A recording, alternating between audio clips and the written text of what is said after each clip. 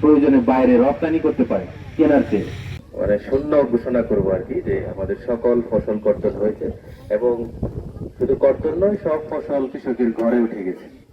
তো এটার জন্য প্রথমে আমরা সবাই মহান সৃষ্টিকর্তা আল্লাহ তাআলার নিকট শুকরিয়া আদায় করি যে এইবার অনুকূল পরিস্থিতি বা কোনো দুর্যোগ না থাকায় জগন্নাথপুরের কৃষকগণ সুন্দরভাবে তারা ঘরে ফসল তুলতে পেরেছেন এবং এই মানুষের ঘরে ঘরে শান্তি বয়ে আসুক এই কামনা করি। এবং আরেকটি বড় সফলতা এখানে যে প্রতি জমিটা চাষের আওতায় আসছে, প্রায় 150 কেয়ার জমি, 150 বিঘা জমি। আমরা আপনাদেরকে ফ্রি চা খাওয়াই দিচ্ছি, এখন চা কিনে কিনে খেতে হবে, বোঝা গেছে কিনা?